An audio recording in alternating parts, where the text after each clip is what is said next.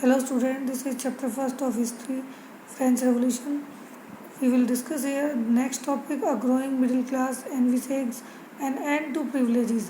यहाँ पर इस टॉपिक में हम डिस्कस करेंगे कि किस तरीके से फ्रेंच जो सोसाइटी थी उसमें थर्ड जो स्टेट था थर्ड स्टेट से मिडिल क्लास का जन्म हुआ.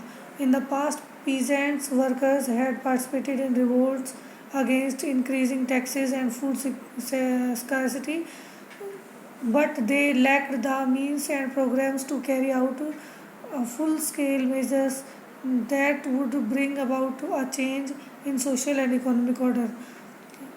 प्राचीन समय से ही जो कुछ विद्रोह वगैरह हुए थे तो उन विद्रोहों में किसानों ने और वर्कर्स ने ही पार्टिसिपेट किया था और उन्होंने ही वे विद्रोह किए थे, जिससे कि कई बार जो फूड की स्कैरसिटी हो जाती थी, अनाज कम पड़ जाता था, सरकार टैक्स बढ़ाती थी, तो उनके विरोध में केवल किसान या मजदूर वर्ग ही विद्रोह करता था.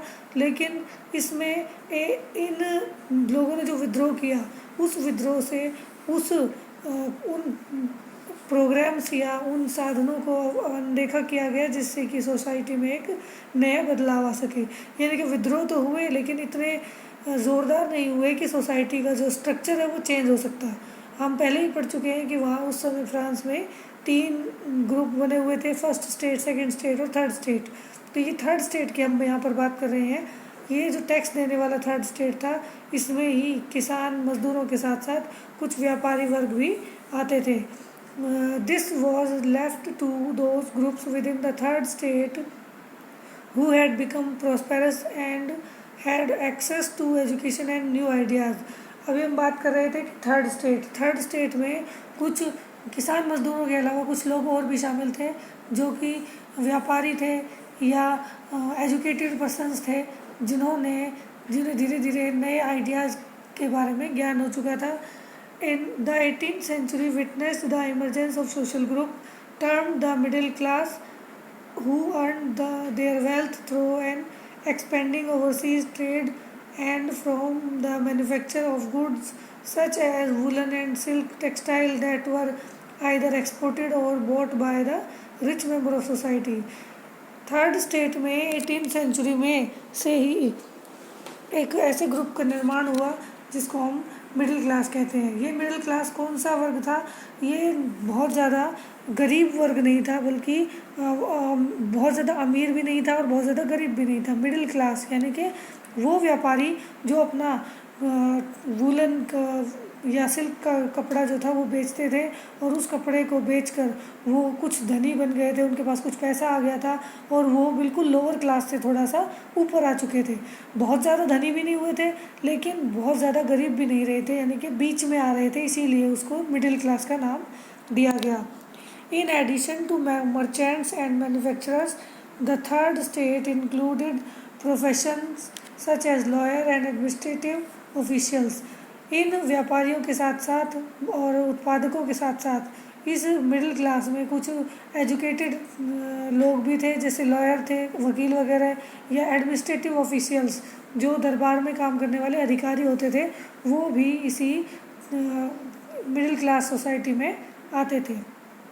All of these were educated and believed that no group in society should be privileged by birth. Rather, a person social position must depend on its merit. In educated लोगों में ये जागरूकता आ चुकी थी और ये मानने लगे थे कि समाज का कोई भी वर्ग जो है वो जन्म के आधार पर उसे किसी भी तरह के प्रिविलेज नहीं मिलने चाहिए. प्रिविलेज कहते हैं कुछ स्पेशल अधिकार, जैसे कि नोबेलिटी या क्लेरिजी को दिया गया था. नोबेलिटी क्या थी? नोबेलिटी वो ग्रुप था जो कि राजा के परिवार से संबंधित था और राज परिवार से जुड़ा हुआ था. उनको कोई भी टैक्स देने की ज़रूरत नहीं होती थी, उनके पास बड़ी बड़ी प्रॉपर्टीज़ थी, उसके बावजूद भी वो टैक्स पे नहीं करते थे. इसी तरह क्लेरिजी यानी कि चर्च के जो प्रीस्ट या पादरी होते थे वो भी किसी तरह का टैक्स पे नहीं करते थे, बल्कि वो टैक्स कलेक्ट करते थे. तो उनको ये अधिकार जो थे वो जन्म से मिले हुए थे, यानी कि जो उनके परिवार में जिसका जन्म हो गया वो उसी सोसाइटी का हिस्सा बन जाता था और वो उसी बिहाफ पर काम करता था। तो ये जो पढ़े लिखे और एजुकेटेड लोग थे वो इस चीज़ को गलत मानने लगे थे। उनका मानना था कि जन्म के आधार पर जो डिफरेंस हमारी सोसाइटी में है वो ख़त्म होना चाहिए और प्रत्येक व्यक्ति की पोजीशन जो है समाज में उसकी मेरिट्स यानी कि उनके गुणों पर आधारित होनी चाहिए। यानी कि कोई एजुकेटेड है तो उसे अच्छा सम्मान मिलना चाहिए, चाहे वो मिडिल क्लास से हो या से नोबिलिटी से हो। These ideas envisaging a society based on freedom and equal law and opportunity for all were put forward by philosophers such as John Locke and Jean-Jacques Rousseau। ये आइडियाज़ जो थे वो समाज में कुछ फिलोसफर्स के द्वारा फैलाए गए, यानी कि कुछ फिलोसफर दार्शनिक जो एक नई थ्योरी उन्होंने निकाली थी।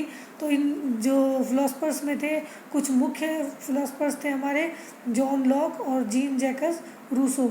इन his 2 treatises of government, Locke sought to refute the divine doctrine of the divine and absolute right of monarch।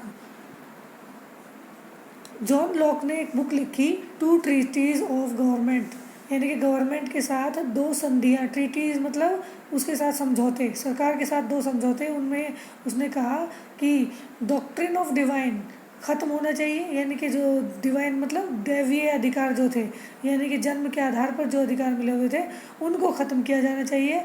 और जो मोनार्की सिस्टम था, राजा का सिस्टम था, उसको ख़त्म करके सभी को बराबर के अधिकार दिए जाने चाहिए। Rousseau carried the idea forward, proposing a form of government based on a social contract between people and their representative। इसी तरह रूसो ने भी एक बुक लिखी जिसका नाम था सोशल कॉन्ट्रैक्ट, और उसमें उन्होंने बताया कि किस तरीके से लोगों और उनके रिप्रेजेंटेटिव प्रतिनिधियों के बीच में कोई समझौता होता है, सोशल कॉन्ट्रैक्ट होता है और वो सरकार को चलाते हैं। तो ये जो सिस्टम था अभी तक केवल बुक्स में था, जो अभी आजकल हम जो सिस्टम देख रहे हैं वो उस समय केवल बुक्स में था। सोशल कॉन्ट्रैक्ट जो बुक लिखी गई थी उसमें इस तरह का आइडिया दिया गया था। इसी तरह से एक और जो फिलोसफर थे हमारे मोंटेस्क्यू, उन्होंने भी एक बुक लिखी the spirit of the laws, proposed a division of power within the government between the legislative, the executive and judiciary. उन्होंने भी स्पिरिट ऑफ लॉ नाम की बुक में ये बताया कि सरकार के 3 पार्ट होने चाहिए, जिनमें लेजिस्लेटिव, एग्जीक्यूटिव और जुडिशरी उसको नाम दिया गया, जो कि बाद में ये हमारी प्रैक्टिकल लाइफ में फॉलो किए जाने लगे। This model of government was put into force in the USA. सबसे पहले ये जो मॉडल था वो यूएसए में अप्लाई किया गया, यूएसए में लागू किया गया।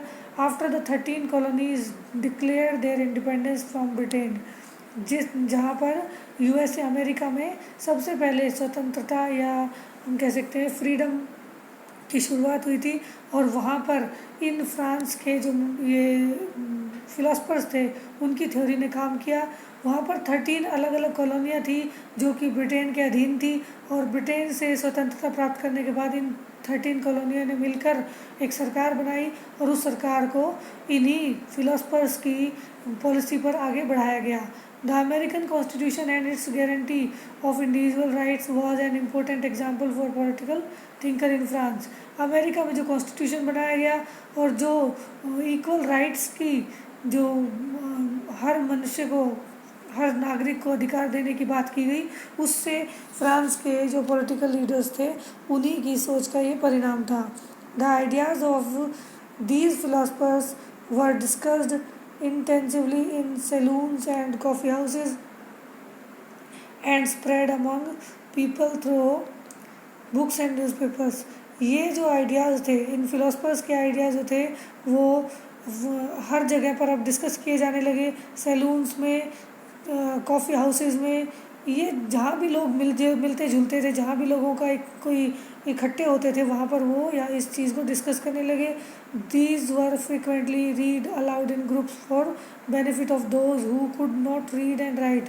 क्योंकि उस समय एजुकेशन बहुत ज़्यादा नहीं थी, इसलिए कुछ लोग अनपढ़ भी थे, तो उन अनएजुकेटेड लोगों को भी समझाने के लिए लोग ग्रुप में बैठकर जो न्यूज़पेपर या इस तरह की खबरें थी उनको ज़ोर ज़ोर से पढ़कर सुनाते थे ताकि वो भी उसका फ़ायदा उठा सकें। The news that Louis XVI planned to impose further taxes to be able to meet the expenses of the state, generated anger and protest against the system of privileges. जैसे ही लोगों ने सुना कि लुई 16 नए टैक्सेस लगाने जा रहा है थर्ड स्टेट पर, तो लोग उससे नाराज़ हो गए और जो स्पेशल जो प्रिविलेजेस थे या जन्म के आधार पर जो अधिकार मिलने की परंपरा थी उसके विरुद्ध वो उठ खड़े हुए और उन्होंने आंदोलन करना शुरू कर दिया. That's all for today. Keep learning.